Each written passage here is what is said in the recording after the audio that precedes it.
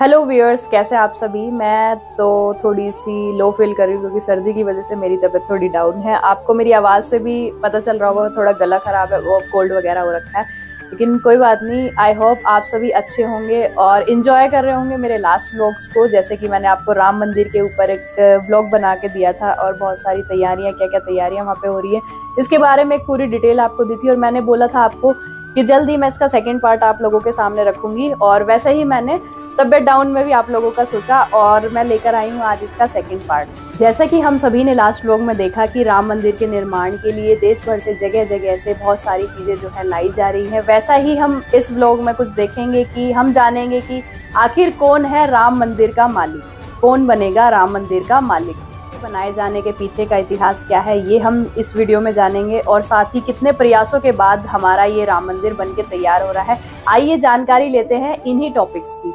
राम मंदिर बनाए जाने के पीछे जो चीजें हैं, उन चीजों के बारे में आपको मैं इस वीडियो में बताने जा रही हूँ। और उससे पहले मैं आपसे रिक्वेस्ट करूंगी कि अगर आप मेरे चैनल पर नए हैं तो चैनल को सब्सक्राइब कर लीजिएगा, वीडियो पसंद आया तो लाइक कीजिएगा, और कमेंट में आपसे बस एक चीज बोलूंगी कि कमेंट में जय श्री राम जरूर लिखिएगा। भगवान श्री राम की जन्मभूमि अयोध्या में राम मंदिर का निर्माण अब अपने आखिरी पड़ाव पर है और आने वाली 22 जनवरी 2024 को श्री राम जी अपनी जन्मभूमि पर विराजमान होंगे। लगभग बहुत तरीके से पूरी हो चुकी हैं और कुछ तैयारियां हैं जो अभी बाकी है। 22 जनवरी से पहले सारी तैयारियां पूरी कर ली जाएंगी। तो आइए अब हम सब जान लेते हैं कि राम मंदिर के बनने से पहले का इतिहास क्या रहा है। अयोध्या में राम मंदिर का निर्माण बाबरी मस्जिद की जगह उसी भूमि पर हो रहा है जहाँ पर हजारों साल पहले भगवान श्री राम का जन्म होने की बात कही गई है। राम मंदिर पर विवाद जो है दशकों तक चलता आ रहा था, लेकिन साल 2019 में सुप्रीम कोर्ट ने अपना एक ऐतिहासिक निर्णय लिया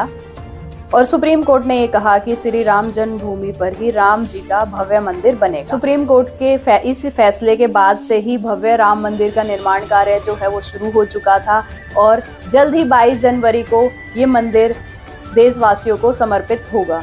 इस राम मंदिर की प्रतीक्षा पूरे देश भर में की जा रही है। मंदिर के क्षेत्र की अगर हम बात करते हैं तो मंदिर का क्षेत्र लगभग 70 एकड़ का है और इसका जो मुख्य भवन है वो 2.7 एकड़ में फैला हुआ है। अब सवाल ये उठता है हमारे सामने कि इस भव्य राम मंदिर का आखिर मालिक कौन होगा।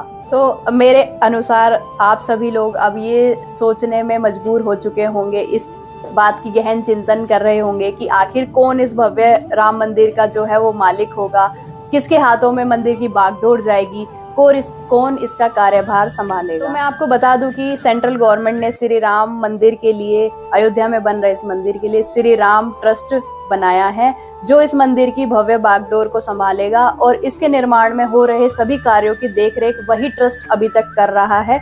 और इसमें जो जो चीजें नई आगे आएंगी, जो जो चीजें करी जाएंगी, उसका सभी का कितना पैसा लगना है, कितनी लागत लगनी है, देश भर से कहाँ से चीजें मंगाई जाएगी या क्या कुछ उसमें खास किया जाना है, ये सभी चीजें जो हैं इस ट्रस्ट के अकॉर्डिंग ही की जाएगी। सुप्रीम कोर्ट के 2019 के फैसले के बाद से सेंट्रल गवर्नमेंट ने जो भव्य राम मंदिर के लिए एक ट्रस्ट बनाया है, जिसका मैंने आपको अभी बताया, तो उसी के हाथ में इसकी बागडोर होगी, उसी राम मंदिर की पूरी जमीन का मालिकाना हक इसी ट्रस्ट का होगा। उम्मीद है आपको मेरे इस व्लॉग में काफी मजा आ रहा होगा और राम मंदिर के बारे में जानकारी जो मैं आपको दे रही हूँ वो आपको एक नॉलेज गेन करता हुआ दिखाई दे रहा होगा।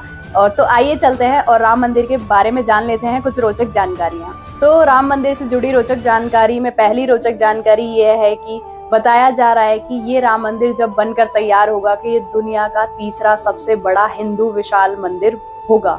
इसका डिजाइन अहमदाबाद के सोमपुरा परिवार ने तैयार किया है, जो लगभग अपनी 15 पीढ़ियों से लगातार मंदिरों के डिजाइनों को ही बनाता और तैयार करता दिख रहा है। मंदिर के मुख्य भवन का निर्माण में जो पत्थर लगाए जा रहे हैं वो राजस्थान के बलुआ पत्थर हैं और जो हजारों सालों तक टिके रहेंगे। मंदिर की जो सबसे खास बात यह है कि गर्भगृह, रामलला का जो गर्भगृह होगा उसमें एक ऐसा मार्बल लगाया जा रहा है, जिस मार्बल का ऐसा डिजाइन कुछ बनाया गया है कि जब भी रामनवमी आएगी, यानी कि प्रभु श्री राम का जब भी जन्म उत्सव होगा, उस जन्म उत्सव के दौरान पड़ने वाली पहली सूर्य की जो किरण होगी वो पड़ेगी सीधी रामलला के गर्भगृह पर। कुछ इस तरीके से डिजाइन किया गया है रामलला का जो गर्भगृह है और वो काफी देखने के लिए आकर्षित होगा, लोगों का जो है आकर्षित केंद्र वही होगा राम मंदिर के अंदर। तो यही कुछ जानकारी थी जो मैंने आपको इस व्लॉग में देनी थी। और जैसा कि मैंने आपको इस व्लॉग के फर्स्ट पार्ट में बताया था कि कहाँ से अगरबत्तियां लाई गई है, कहाँ से बर्तन आए जा रहे हैं, कहाँ से राजस्थान से घी अयोध्या रथ के थ्रू भेजा जा रहा है, कहाँ से चरण पादुका जो है बन के तैयार हुई है, कहाँ से मंदिर का घंटा लाया जा रहा है। तो ये सब जानकारी मैंने आपको पहले पार्ट में दी, और अगर आपने वो वीडियो नहीं देखा है तो आप जाके देख सकते हैं मेरे YouTube चैनल पर।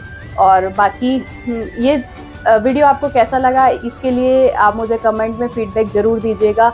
साथ ही जय श्री राम जरूर लिखिएगा, क्योंकि जय श्री राम लिखते हैं तो एक मोटिवेशन होती है, क्योंकि हम सनातनी हैं और हिंदू धर्म का एक यही वो है कि जय श्री राम जैसे ही बोला जाता है तो वैसे ही एक अंदर से एक हमारे रोम रोम खिल उठते हैं और इतना जोश अंदर बढ़ जाता है कि इस नाम के अलावा पूरी दुनिया में चाहे कुछ भी बोला जाए वो हमें इतना और आकर्षित नहीं कर सकता जितना हमें जय श्री राम करता है। एक ही नारा, एक ही नाम, जय श्री राम, जय श्री राम। तो फिलहाल इस व्लॉग में इतना ही रखते हैं और उम्मीद है आपको मेरा ये व्लॉग जो है पसंद आया होगा। ऐसी ही कुछ तमाम जानकारियाँ होती हैं जो मैं आपसे शेयर करना चाहती हूँ, और ऐसे ही अगले आने वाले कुछ व्लॉग्स में आपसे शेयर करना चाहूँगी। आप अपना अच्छा रिस्पॉन्स देंगे तो मैं बहुत सारी नॉलेजेबल जो फैक्ट्स होते हैं वो गेन करूँगी और साथ में ही आपकी नॉलेज गेन करने में मदद करूँगी। तो इस व्लॉग को फिलहाल यहीं एंड करते हैं। तब तक के लिए आप हंसते रहिए, मुस्कुराते रहिए और सपोर्ट करते रहिए इसी तरीके से विजिट विद आरजे को। Bye bye.